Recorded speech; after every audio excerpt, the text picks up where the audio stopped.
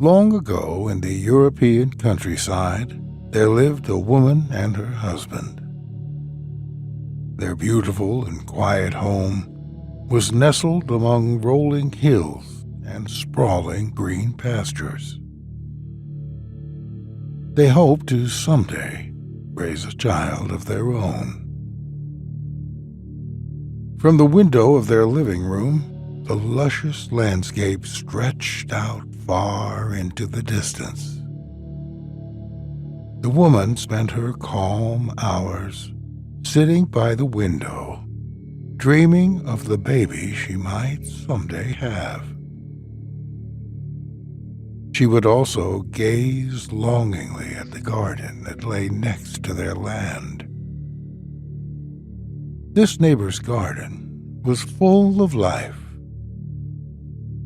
Neatly organized sections of flowers created a mural of vibrant color. Herbs sprouted across the earth, and ivy trailed along a red brick wall. The widow, living on this neighboring land, had a way of making things grow, or so it was said. On warm days, when the windows of the house were open, the fresh smell of basil and rosemary wafted into every room of the couple's home. The air danced with the sweet scent of roses and pink fuchsias, soothing every corner of the house. The woman envied the widow's agricultural abilities. Her own garden was bare in comparison. Though she tended to it for long hours, she could barely grow weeds. One day, the woman was lounging by the window, gazing down into the neighboring garden. It was almost noon, and the air was warm with sunshine. From the open window, she inhaled the sweet scent of lavender. She watched as a blossom tree swayed gently in the breeze.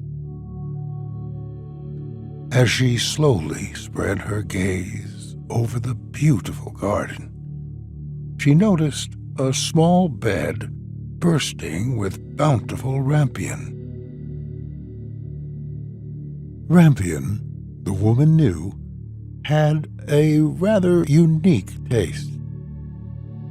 Though pungent and strong, it was also sweet and delicate. The woman had been unable to grow rampion in her own garden. As she looked at how fresh and green it appeared, she longed for it. All at once, she was overcome by a desire to eat some of the luscious rampion. Images of eating rampion as a child flowed through her mind. Her mother used to serve young, fresh rampion roots in a salad with pepper and vinegar, or she would boil the plump older roots and serve them hot with a delicious lemon butter sauce. As these memories floated by, she realized she had not eaten rampion in quite some time. As she carried out her usual daily business, her desire for the rampion never faded. If anything, it became insatiable. By the next day, the woman could think of nothing else. Perhaps it was because she knew she could not have it. Or maybe her body was telling her that this precious plant was what she needed most. That afternoon, The woman's husband noticed her intently gazing out the window. He came and stood beside her. Staring out, he saw the rampion for himself. The woman told him she hadn't eaten any for years and would truly love to taste it again. She said perhaps it was exactly what their longed-for baby needed. The man loved his wife very much and wanted to make her happy. He also longed deeply for a child. So later that afternoon, the man went to the widow's house, passing by the full and lush garden on the way. When he knocked on the door, the widow answered, appearing beautiful, wearing fine clothes and jewelry. The man explained that his wife hoped to taste rampion again after so long. He asked if he may take her some from the garden. The widow smiled kindly and said, of course, the man must take as much as he liked. The widow escorted him through her vibrant garden. The man could feel life entering his body as he walked along the fertile soil. He explained that they hoped for a child. The widow promised to send all her best wishes to his wife and their hoped-for child. Having gathered a handful of rampion, he thanked the widow and returned to his wife. She at once made a rampion salad and ate it, savoring every mouthful. It tasted better than she ever remembered. The next day, she told her husband that she craved it again. So he returned to the widow's house and asked if he might take his wife some more rampion. The widow happily obliged. She told him that the child they longed for would be born, and that the rampion's special qualities made this possible. As it was her rampion his wife craved, the widow hoped to have a say in the child's upbringing. Peering out the window at the couple's house, she said this was not the place the child should spend all her time. She offered to bestow on the child a great tower where the child might play in peace with all the space a child could wish for. The man was unsure, but knew his wife truly desired the rampion and felt the kindness of the widow. He agreed to honor the widow as the child's godmother. Sure enough, the woman bore a child months later on a cool, calm morning. As the heat of the day gathered and the herb-scented breeze wafted through the open windows, the widow came to see the newborn. She said, "This child should be called Rapunzel because of the most wondrous rampion plants that aided her birth." The couple agreed. It was a fitting name for this healthy, glowing baby girl. As the child grew, so did her shining golden hair. It was long and thick, like hill grass. So long that her mother didn't know what to do with it. She plaited it and folded the braids over Rapunzel's head in the Austrian way. She trimmed it weekly, and still it grew, just like the rampion in the widow's garden.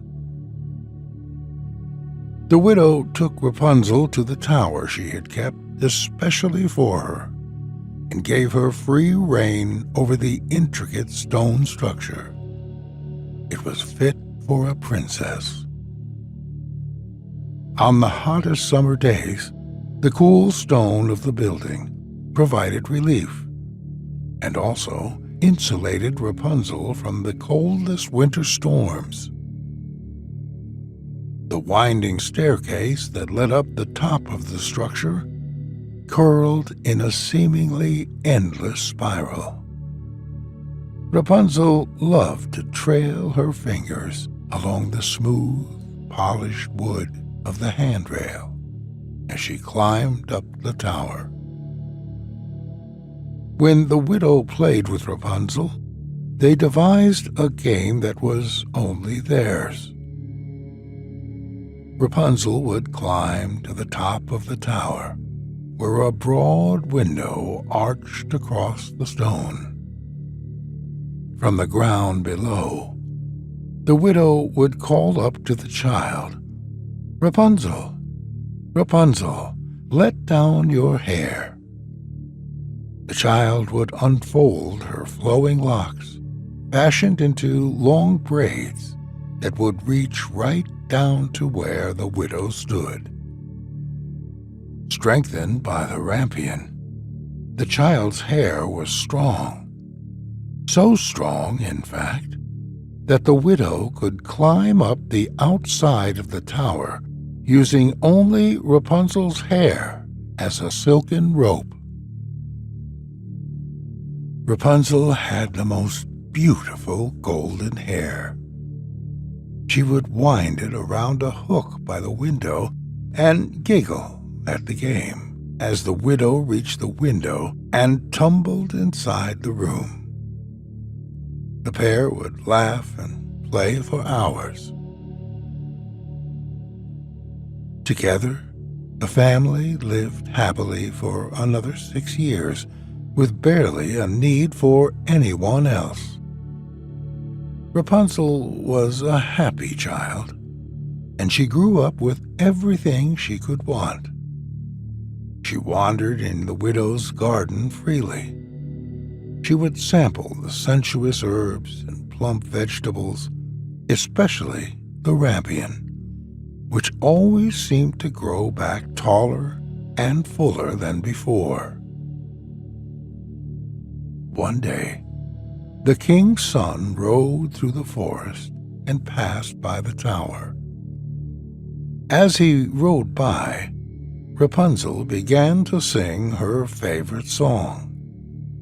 The sweet melody traveled from the open window and danced like fairies in the forest air. On hearing the sweet song coming from the tower, the prince stopped and listened intently. Entranced, he followed the gentle sound of this most beautiful voice to the high tower. The prince wondered who could be so high in this tower. The voice was so beautiful. He determined to find out who it belonged to. As his horse nuzzled its nose through the long, luscious grass, the prince daydreamed to the lullaby of the song. After a while, he rode home, still humming the melody softly to himself. As the desire for rampion had once lingered in the woman's mind, so did Rapunzel's voice remain with the prince. He returned to the tower day after day, hoping to hear it again. One of these days he was sitting against a tree, his loyal horse chewing the succulent grass beside him. He noticed an old lady approach the tall stone tower. Watching intently, he heard her say, "Rapunzel, Rapunzel, let down your hair." To the prince's amazement, a beautiful young woman appeared at the highest window of the tower. She opened the window, and out tumbled long braids of flowing golden hair. The prince continued to watch as the lady then climbed the tower using Rapunzel's strong hair. The prince longed for the beautiful young woman and the sweet song he had heard her sing. He decided to arrive a little earlier the next day and try to play the same game himself. He felt irreversibly drawn to this enchanting young maiden and knew of no other way to reach her.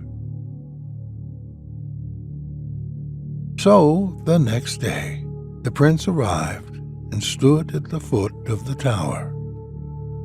He called out in a soft and gentle voice, "Rapunzel, Rapunzel, let down your hair."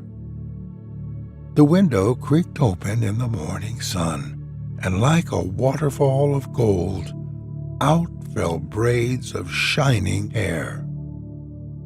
The prince gazed at it in wonder. He gave it a little tug, and finding this did the young woman no harm, he began to climb this natural ladder.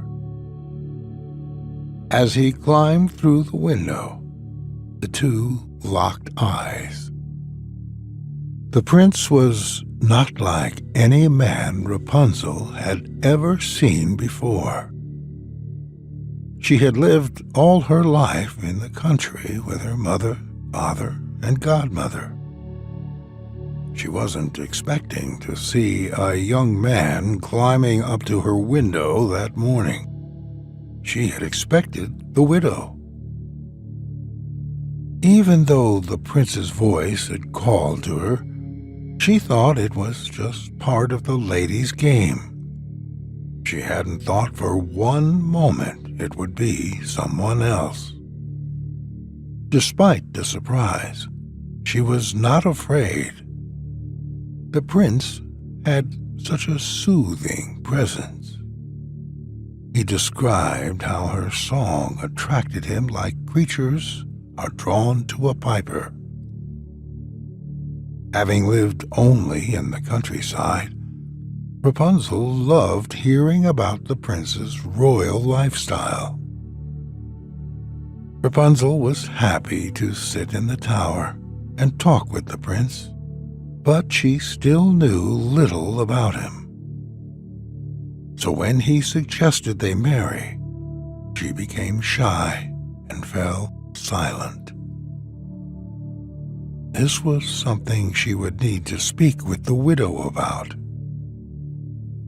The prince said he would let her think it over. He left the tower, collected his loyal horse, and rode home enchanted with thoughts of the beautiful woman he just met. The widow came to the tower only moments later.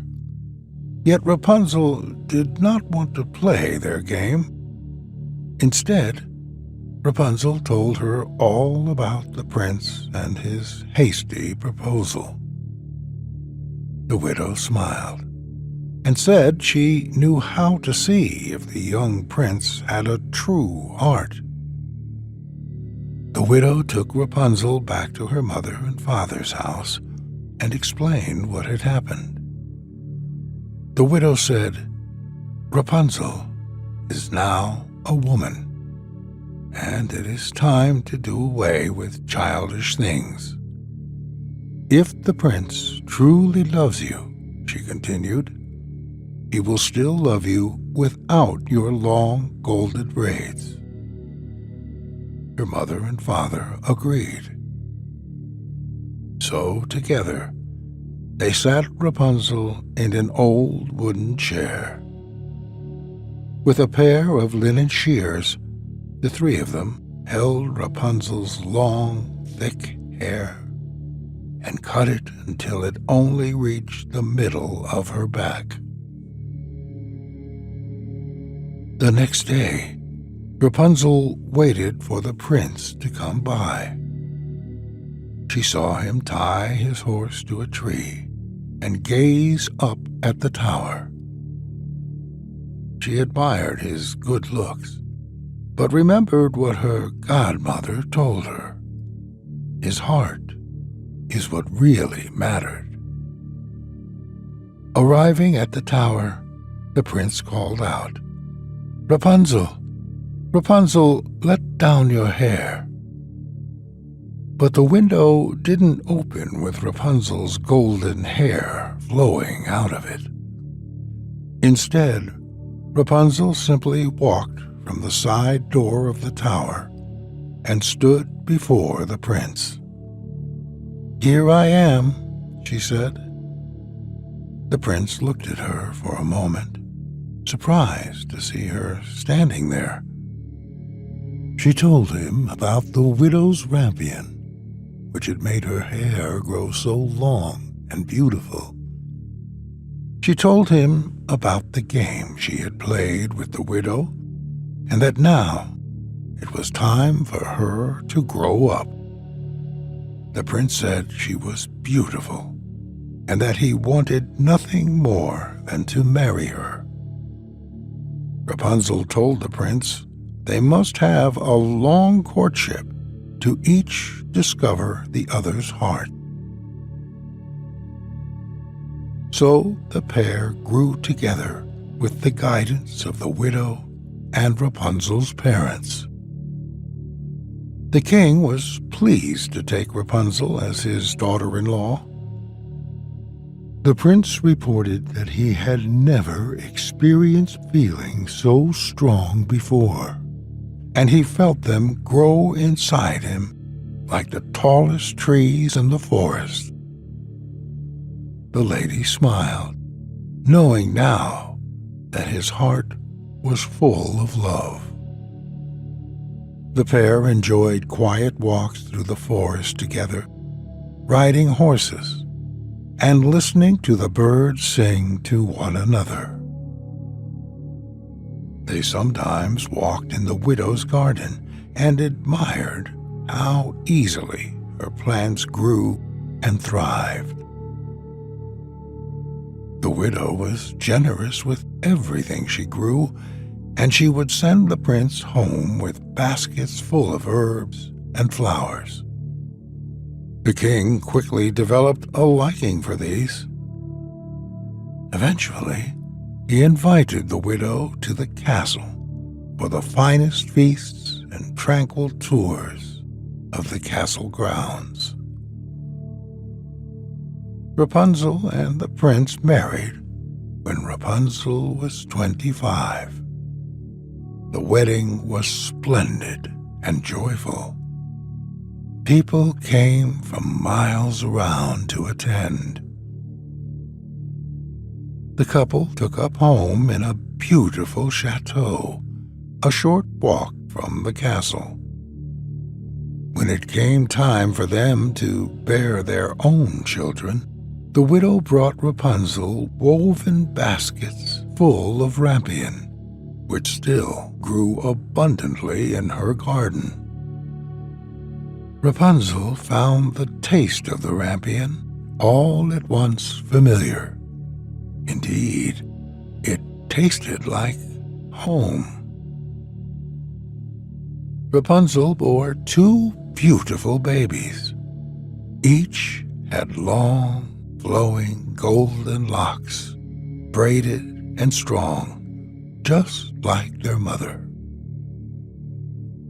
Rapunzel's mother loved to meticulously brush out the thick, strong hair for hours as she sat with the children on her lap.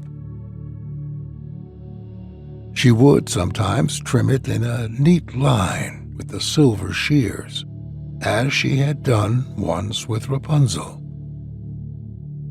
Their hair always grew longer and fuller, day after day. And sometimes the children played in the tower with the widow, just as Rapunzel once had. Rapunzel and the prince felt the greatest contentment with their lives. As the widow grew older, she showed Rapunzel how to grow the most vibrant and luscious rampion in her own garden. Rapunzel tended to the plant every day. She would sit by her own window and watch the rampion grow, with the scent of roses and sweet blossom filling the air.